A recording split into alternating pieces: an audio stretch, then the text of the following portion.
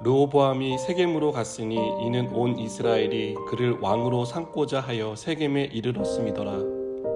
느밧의 아들 여로보암이 전에 솔로몬 왕의 얼굴을 피하여 애굽으로 도망하여 있었더니 이제 그 소문을 듣고 여전히 애굽에 있는 중에 무리가 사람을 보내 그를 불렀더라.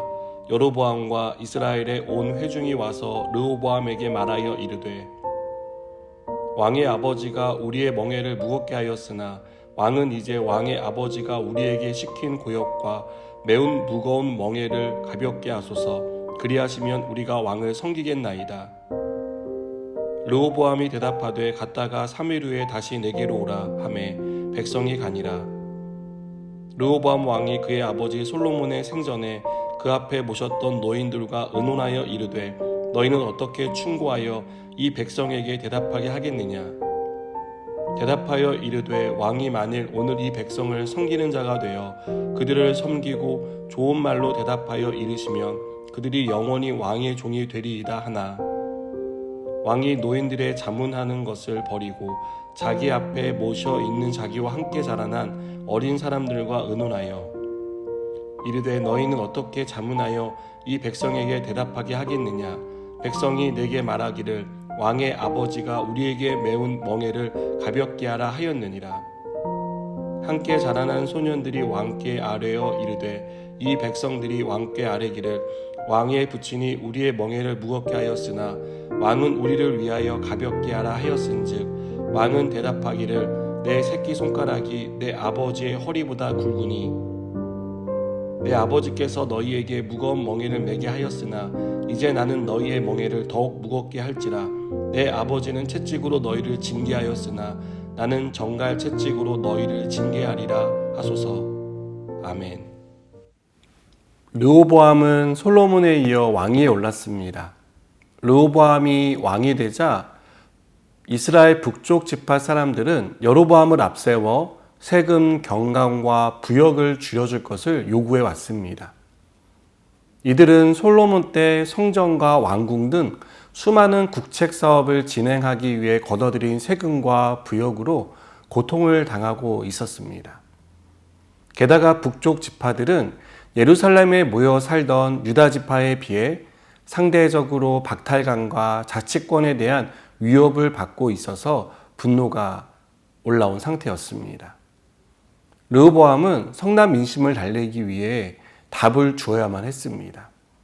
그래서 아버지와 함께 나라를 운영했던 원로 그룹과 자기와 함께 나라를 이끄는 젊은 그룹에게 각각 조언을 구합니다. 먼저 원로 그룹은 그동안 쌓일 대로 쌓인 성난 민심을 달래야 한다고 조언했습니다. 이들은 왕이 백성을 섬기는 사람이 되어 그들을 섬기고 좋은 말로 대답한다면 성난 민심은 가라앉을 것이고 그들은 왕에게 충성을 다할 것이라고 조언했습니다. 르호보암과 함께 자란 젊은 그룹은 이와는 반대로 더 강하게 나가야 한다라고 조언했습니다. 이들은 아버지보다 더 강한 모습을 보여 다시는 백성들이 이런 말을 하지 못하게 대처해야 한다라고 말했습니다. 원로들의 조언은 왕은 군림하는 존재가 아니라 하나님의 대리자로 섬기는 자가 되어야 한다는 조언이었습니다. 반대로 젊은 신하들의 조언은 이방 왕들이 그렇듯 왕의 권위는 힘에서 나오는 것이기 때문에 강하게 몰아붙이지 않으면 나중에 밀리게 된다는 것이었습니다. 사람은 누구나 자기가 듣고 싶어하는 말을 듣고 싶어하는 경향이 있습니다. 그런 점에서 르호보암도 다르지 않았습니다. 8절은 르호보암이 노인들의 자문을 버렸다고 말합니다. 오늘 본문은 우리에게 두 가지 교훈을 주고 있다고 생각됩니다. 첫째는 듣고 싶은 말이 아니라 들어야 할 말을 들어야 한다는 교훈입니다. 우리가 듣고 싶어하는 말을 해주는 사람은 우리 주변에 너무나 많습니다. 그러나 우리가 꼭 들어야 할 말을 해주는 사람은 많지 않습니다. 듣고 싶은 말은 언제나 달콤하게 들려집니다. 내 생각과 다르지 않기 때문입니다. 하지만 들어야 할 말은 씁니다. 내 생각과 다르기 때문입니다. 듣고 싶은 말만 들으면 기분이 좋을 수는 있지만 인생을 망칠 수 있습니다. 그러나 들어야 할 말을 들으면 기분은 나쁠 수 있지만 바른 길로 갈 수 있습니다. 저는 우리가 듣고 싶은 말이 아니라 들어야 할 말을 더 좋아하는 사람이 되었으면 좋겠습니다. 둘째는 권위는 굴림이 아니라 섬김을 통해 나온다는 교훈입니다. 사람들은 권위를 부리려고 합니다.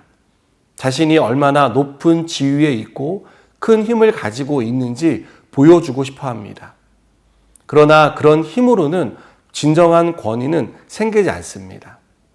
진정한 권위는 섬기는 데서 드러나기 때문입니다. 섬김이 약한 사람의 대명사처럼 들리는 것은 우리가 사는 세상의 현실과 맞닿아 있기 때문입니다. 그러나 섬김이야말로 권위를 가진 사람이 할 수 있는 최고의 미덕이라고 생각됩니다. 또한 섬김은 사람을 변화시킵니다. 우리의 작은 섬김은 그곳에 머물러 있지 않고 선한 영향력이 되어서 사람들 사이에 섬김 바이러스를 퍼뜨려서 우리가 속한 가정과 공동체를 변화시킵니다. 저는 우리가 종의 형체를 입고 죽기까지 우리를 섬기신 주님과 같이 섬기는 사람이 되어서 우리가 속해 있는 곳이 아름답게 변화되는 그런 은혜와 복을 받는 사람이 되었으면 좋겠습니다. 기도하시겠습니다. 하나님, 우리가 어떠한 사람으로 살아가야 할지를 가르쳐 주셔서 감사합니다. 우리가 있는 곳에서 섬김의 본을 다하게 하시고 그로 인하여 우리가 있는 가정과 직장과 공동체가 아름답게 변화되게 하여 주시옵소서. 예수님의 이름으로 기도드립니다. 아멘.